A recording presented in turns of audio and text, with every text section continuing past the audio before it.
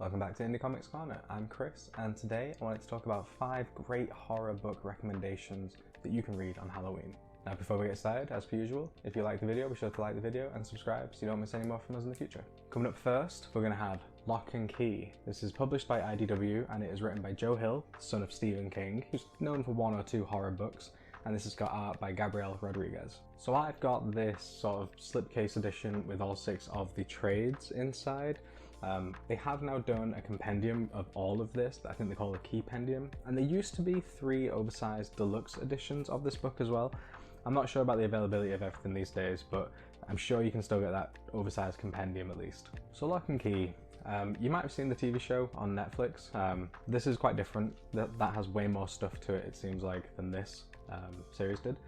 But this follows a family that moved to the small, kind of sleepy town of Lovecraft, Massachusetts, following the death of the father figure of the family. And it very much tells the story of this family trying to get through that trauma, working together. There's the mother and the 3 kids trying to come to terms with what happened and trying to work through it together, but it's 3 kids, they don't know how to handle it, and she's clearly going through her own trauma as well with this whole situation. On top of that, the house they move into is this beautiful, large, picturesque mansion that has a lot of weird secrets. They find keys that allow them to do a bunch of very strange things, and this is specifically just the kids. The mum has no clue this is going on. But one of the kids finds a key to open a door, and when you step through it, your soul, your ethereal being, leaves your body. Your body is dead on the outside of the house, but you can travel around in this ghost form, and you can see things and learn things, and you can kind of observe the world without being observed. Obviously, if someone finds your dead body, it might be a bit of a shock to them, but that's just kind of the tip of the iceberg with this. They find keys that let you look inside people's heads, and you can add and remove things from it. And so they start going through these ethical dilemmas almost with those of, if I remove my fear that I've got, or if I remove the trauma that I have from the death of my father, what does that do to me as a person? So these manifestations, do they come to life? Do they become part of our world?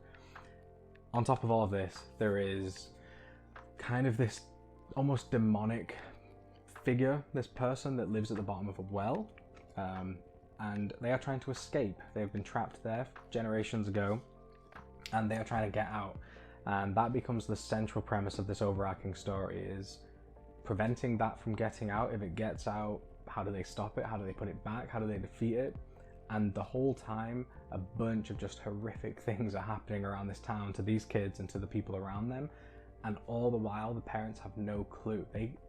There's a thing that happens in this house where the parents can't believe it's true, and so they just don't. So after you reach a certain age, they start to forget. So even the kids, when they grow older, they'll forget all this happened to them. They'll remember the traumatic events, but they won't remember the key stuff and all of the kind of magic and supernatural elements that come with that. It's a really good series. I would highly recommend checking it out. I wouldn't say check out the Netflix show. It's fine, season 1 at least. It's very different from this, but it still kind of hits some of the beats. I would just read the story. It's so good. You can't go wrong with it. So yeah, definitely check out Locke and Key. Okay, coming up next, we're going to talk about Sentient. This is published by TKO. They did this in this nice oversized deluxe edition, but you can also get the trade paperback version of it, which is an oversized trade paperback anyway. Not this big, but it's still quite large.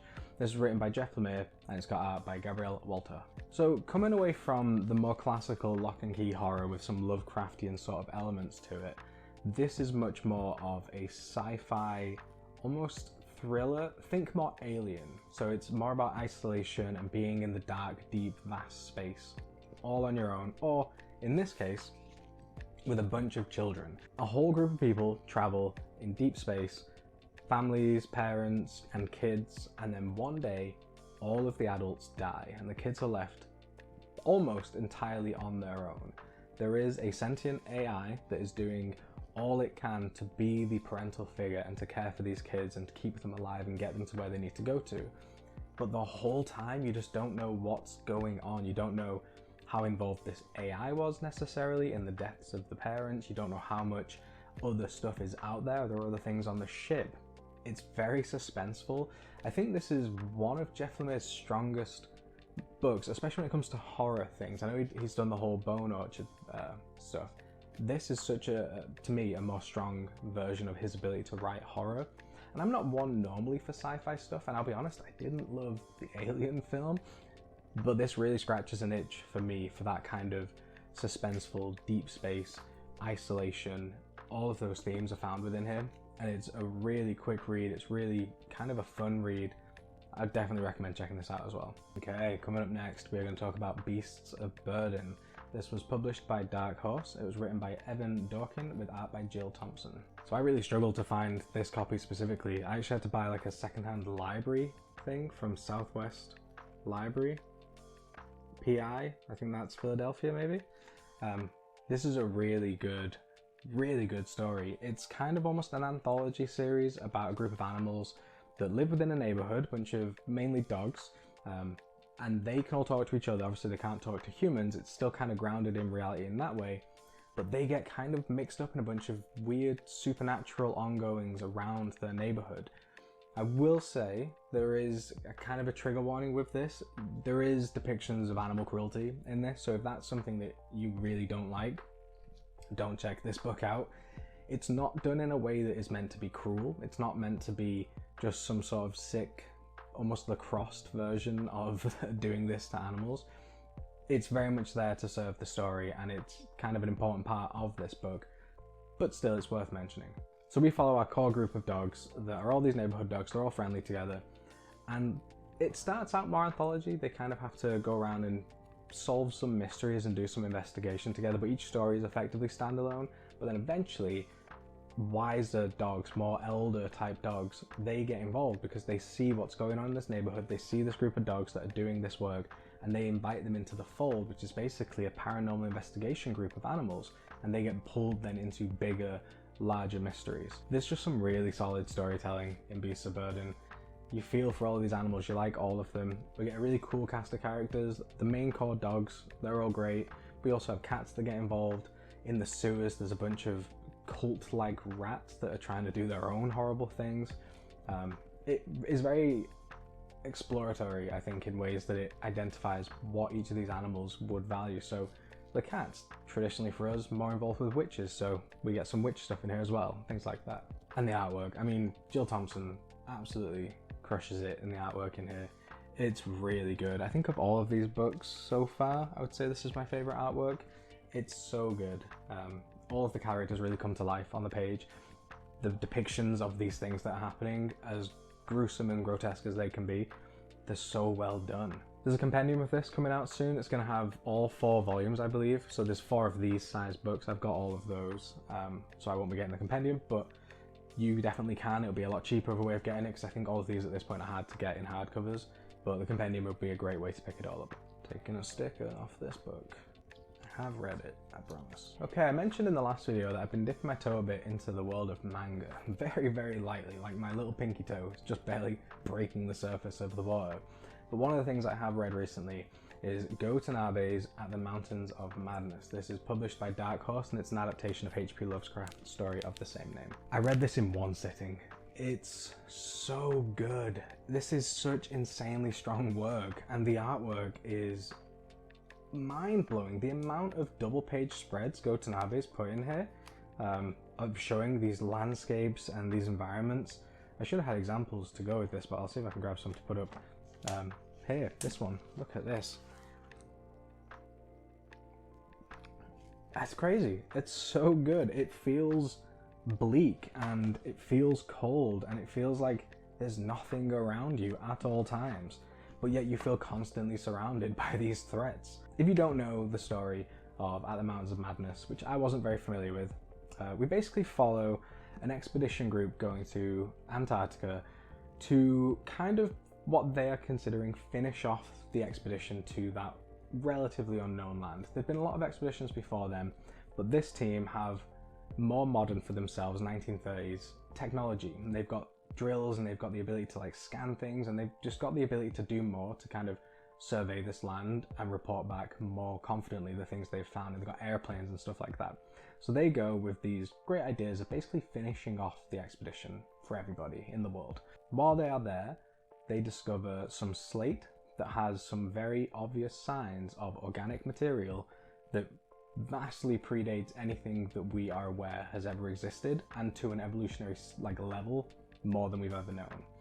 One of the biologists on this trip becomes obsessed with that work, and he just chases it fully, derails the rest of the expedition. He's almost driven to the point of madness, which is fitting because the name is At the Mountains of Madness. And then they all kind of pay for that, at least the team he took along with them. The rescue mission is then to go after them because they went to a totally different part of Antarctica, and they need to go and find their bodies or find the survivors and bring them back and try and uncover what happened. And in doing so, they discover this whole land, this whole mountain range, all of these things that are just inconceivable to have existed here without anybody knowing, but somehow did. It's a very eerie story. You get a deep sense of dread throughout the whole thing, which is not helped by the kind of just crazy drawings that exist on the book. Like the things they find, it's hard to kind of actually discern what they are, even as you read it. Like, and this isn't a negative, it's intentional, I think. The artwork is muddy when it comes to the stuff that we aren't able to accurately explain what they're supposed to look like, which is a very Lovecraftian way of explaining things. He would say the thing is so undescribable it would drive someone mad to actually look upon it, and so he can't explain it. And some people attribute that to Lovecraft not being a very strong writer, but I think it just adds to it. It adds to that idea of like, when does the monster become the least scary? When you see it. So not really being able to properly see it. You get a sense as you're reading it, and there are some more clear depictions of them, but still, like, it's hard to kind of really discern what everything is, like what's meant to be its head, what's meant to be these things' legs, what happened to them. All of this stuff is explored, and it's so just engaging. Like I said, I read it all in one sitting. I just couldn't put it down. It was really, really good. The build quality as well of these Dark Horse mangas, it blows me away. Like, I love a good collected edition. One day I'll probably do a full tour of kind of everything that I've got. Most of my collection is oversized hardcover, library edition things, whatever I can get that's the biggest, hardest size. Phrasing on that for sure, but these are beautiful. And like this in particular, like with the silver pages, is just unnecessary but cool, and like the shiny hardcover outside, it's just great. It's really good. The only complaint I had about this from a build standpoint is that because of the silvering of it, I think some of the pages got a little stuck at points. They were very easy to separate, but as I was turning pages, I did have to kind of just pay attention to make sure I wasn't turning more pages than necessary. But all the page numbers are at the bottom, so you can just keep track that way. So yeah, if you've not read much manga like me, I think this sort of thing's a great way to start, because the artwork's really good. It's an adaptation of a pre-existing story.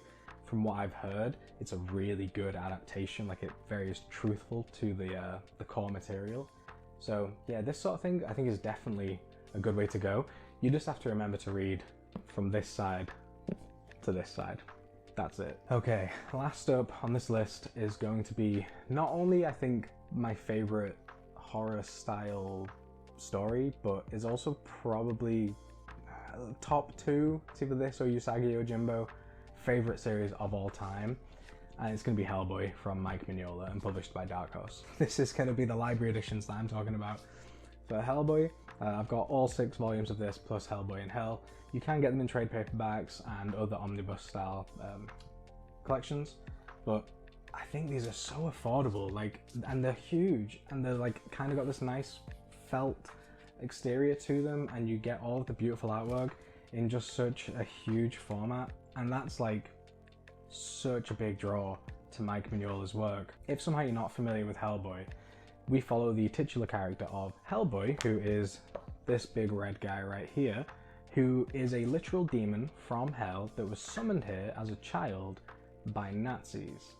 And his whole life's purpose, what is prophesized for him, is that he is going to bring about the end of the world. Luckily for us though, Hellboy has a heart of gold. He is more human than most of the characters in this series. He tries so hard to do the right thing at all times, and more than anything, does not want to make this prophecy come true. We also get a great cast of characters here. We have all the rest of the BPRD, which is the organization that he works for. They have a whole bunch of other very supernatural, sort of interesting characters, a whole cast of them that are wonderful. You got Abe Sapien, who's this fish man, We get Johann, who's kind of a ghost trapped inside of like some sort of chamber head thing, and he's super intelligent, he's like a scientist. We get Liz, who is a pyrokinetic, and a bunch more. We get a homunculus called Roger. Roger's great. And it's very much about Hellboy exploring who he is in this world, how he fits in. He feels confined to the BPRD, but also they are useful and they're ultimately trying to do the right thing.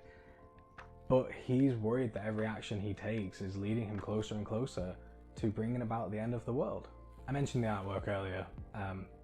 Mike Mignola's art is so insanely good and so simple.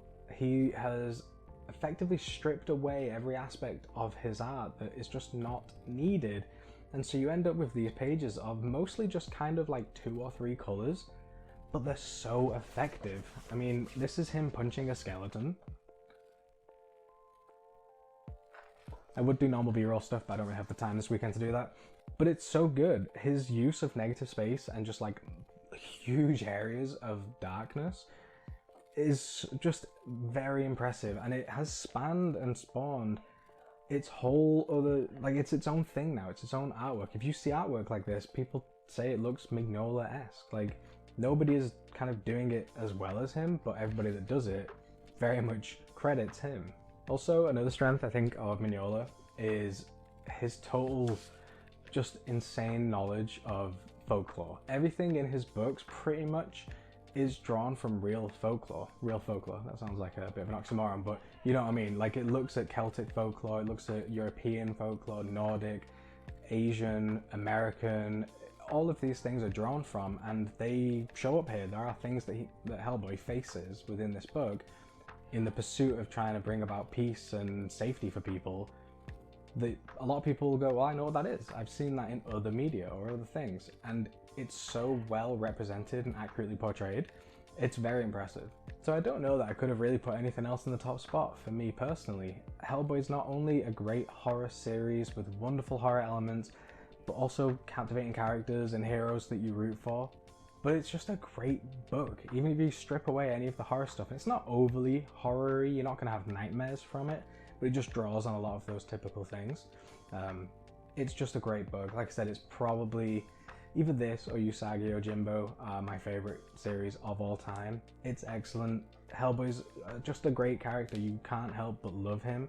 All of his cast of characters, the places he goes, and the story arcs that he goes on, they're just amazing. Even a lot of the villains, you sympathize with so many of them. Not the Nazis so much, but like a lot of the other things. You don't want them to be doing the things they are doing, but you kind of get sometimes why they are. I don't know, it's such clever writing. There's a reason it's spanned off into a whole other series of things, movies, and all of the, what they call the Mignola-verse, all these other supporting characters and stories set within this universe, or like kind of universe adjacent. It's a masterpiece. So there you go. I do apologize if this whole time you've been hearing noise in the background. My wife is at work in the room next to me and is on a call quite a lot, so she might be getting picked up via my mic. But yeah, that's everything. Let me know what you think of those suggestions. Do you have any suggestions of your own? If you want more suggestions, I don't have more for you necessarily, but I can send you over to Mitch at Omnibuddy, his channel. He recently did his like top 5 favorite horror books, specifically for Halloween again. He does have a couple that, I have a couple that are the same as what he's done, but it's because I couldn't not put them in. But he has some great suggestions and a couple of honorable mentions on his channel as well. So yeah, definitely go check him out. Yeah, thank you very much for watching. If you liked the video, be sure to like the video. And if you want to see more from me in the future, be sure to subscribe. But otherwise, I'll see you next time.